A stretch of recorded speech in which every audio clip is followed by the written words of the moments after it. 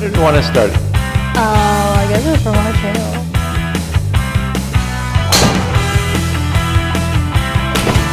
Subscribe to this girl's channel because she's going to have some really good stuff for you coming up.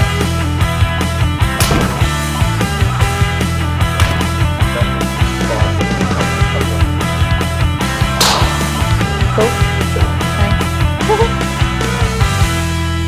Thanks. It's your channel. Oh, this is a new video? Yeah, it's a new video. Okay, hi guys, welcome back to my channel.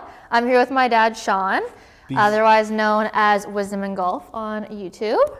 And we are going through my short irons in my new set of clubs. Very cool. Now we had a nice session last week with the wedges, and we're moving right along in our warm-up routine. And let's see what happens to your distance to ball now as we get to the 8, 7, and 6 iron. Cool. All right. So you're using the same target? Yeah. You're going to do a little draw maybe? You're going to start at, let's say, a little left edge of blue and draw it back to blue? Yeah. Cool.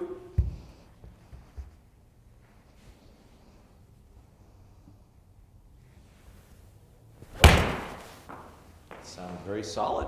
Yeah. And you hit these irons extremely flush, don't you? Yeah. It's like you don't hit them thin, you don't hit them fat. It's like they're beautiful. Yeah, they feel really good. Wow. Very nice. How's that? So still a little toward the toe, huh? Yeah.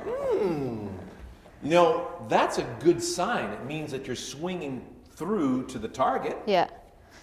So let's see you cozy up a little bit. There you go. Ooh. That Wow, one felt that better. sounds solid. And? More towards the center. There you go. Now we're touching the center of the club face. So the 8 iron still feels a little snug. Yeah. Okay.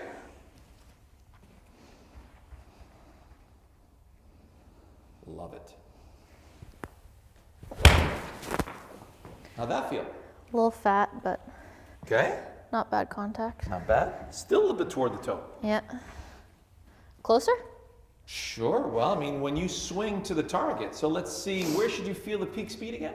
Out here. Exactly. So let's see a nice whip through in that direction. And? Better. Yeah, right on the middle. Right in the middle. So you obviously weren't too close to that ball. Yeah.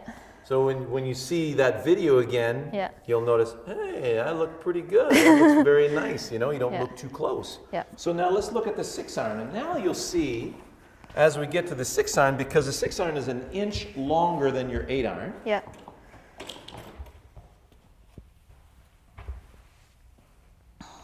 This is where typically people start to struggle. They go, you know, 8 and 7 iron, it feels pretty good. Yeah. And then they get to the 6 iron and the 5 irons, and they, you know, it doesn't feel Yeah. as they don't feel as comfortable. Yep. And they feel the need to start swinging harder. I feel like that too sometimes. Okay. So let's see a nice release left to blue. Nice. A little thin. Thin to win. There's a saying called thin to win.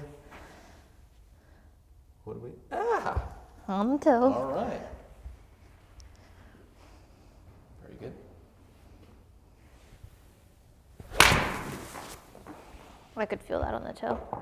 Pardon me? I could feel that on the toe. You felt that on the toe still? Yep. Okay.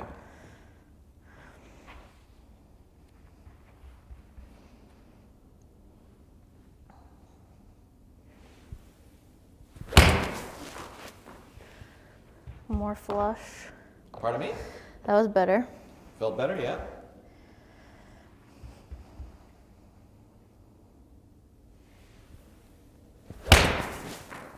So what was your focus on that one?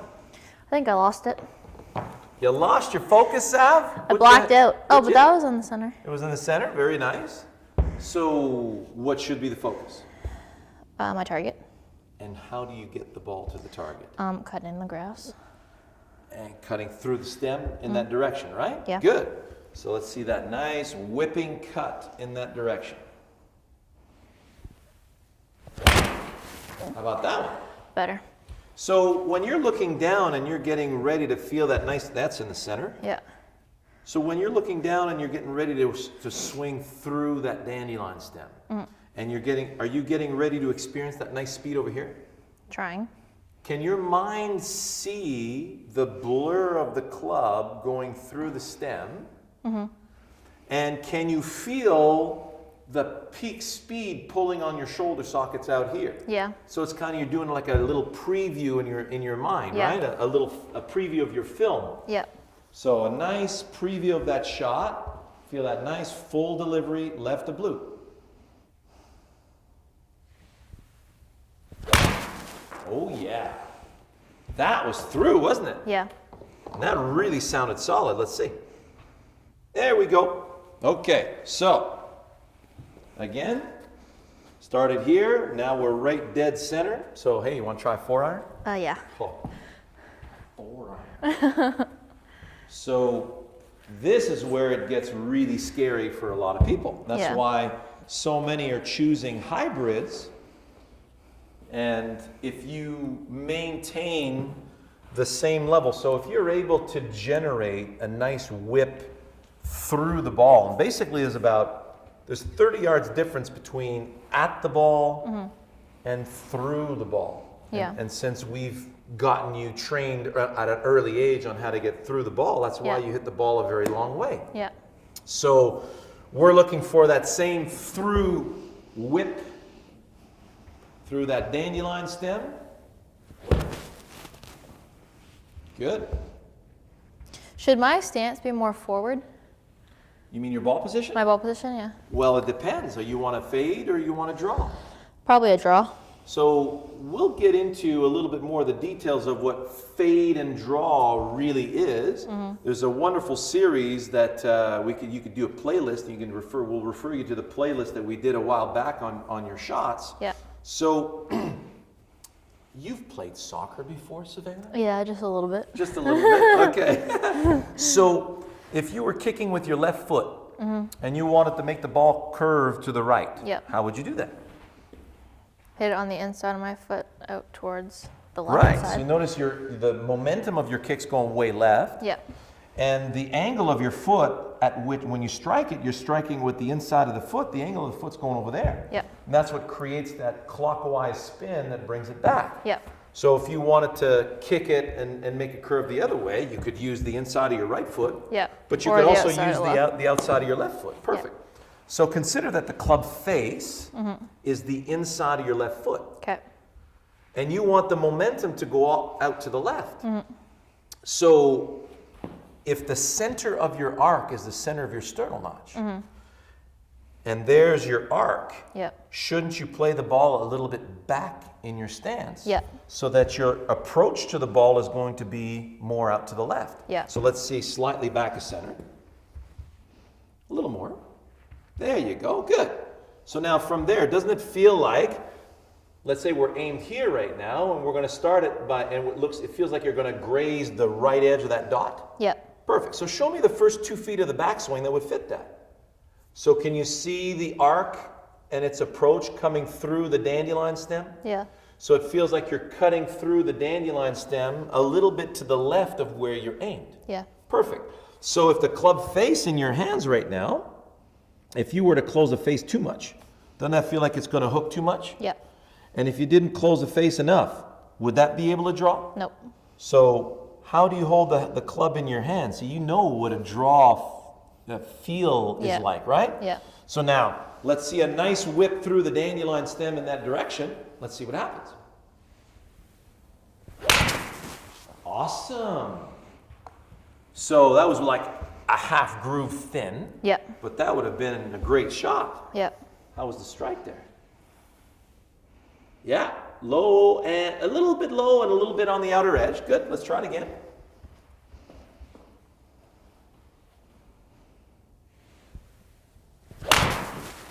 Okay. So on the way through, it's important that you don't feel the need to place it there.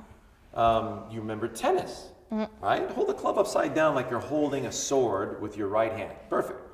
So let's see you gather your sword. Nice full backswing. Yeah, slash through. Fantastic. Where did your right hand turn over? do it in front of the camera and like you're slashing that way. That was absolutely gorgeous. So stop right there. Now, see everybody how her whole backside is facing the target. Look at how she's gathered. And right now it feels like she can use the weight of that arm sword unit to slash through. So let's see the slash. So where did you feel the right hand turn over? Out here. Right. So it's like a top spin and backhand. Yeah. Right? You got that nice top spin that's going to make the ball spin over. Yeah. Put the sword in your left hand. Do left hand only. Gather. Let it release. Now, where'd you feel the left hand turn over? Out here. So if the left hand's going to do that, Yeah. well, the right hand has to do that to get out of the way. Yeah. So now put both hands on the grip side. Show me that big gathering of the sword, and let the sword release you. Perfect. So the feel that you should be looking for at a dress, especially as the clubs get longer, is you want to let the weight of the instrument release you in the direction that you want to start the ball. Right. Okay?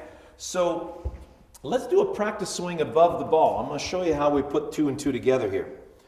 Now, if you let the sword release you, let's say, to the left of the blue flag or the blue target, do you feel like you're going to miss the ball? Yep. Okay, go ahead. And did you see the blur? Yep. Right above the ball? Yep. Perfect. Lower the club to the ball. If you make the same release here, like you just did in your practice swing, does it feel like you're low enough that the blade is going to cut the stem? So now all this should be blurry in your mind now, because you're just going to let the weight of the sword release you there. Okay. So let the club release you. Wow. Feel the diff? Yeah. That was different, wasn't it? Way different. And on the center. That was right in the screws, right in the middle of that club face. Wow, Yeah. that was great.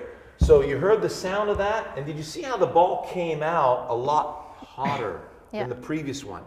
So I love cutting through the stem when it comes to flop shots or hitting fades. Yeah. Because the fades, naturally, you'll tend to hang on to it a little longer. When we play a fade, we play the ball a little forward to center. But for the draw, you want to feel the weight of the club release you. Yeah. And all you need to do is make a little prediction, because we're really good at predicting. And you say, okay, if I'm up here and I let the club release me, I know I'm going to miss. And you go ahead and do that. Yep. And then your brain gets a confirmation. And what it gets from that is a breadcrumb trail. Breadcrumb trail meaning it knows how to find its way to solid contact if it performs the same task. Right. So we'll end it on that one. And then we're going to come back next week with your hybrids and your fairway woods. Yep. And if we have time, we'll do the driver at the same time. So you definitely want to stay tuned for that one. Yes. Great job, Sam.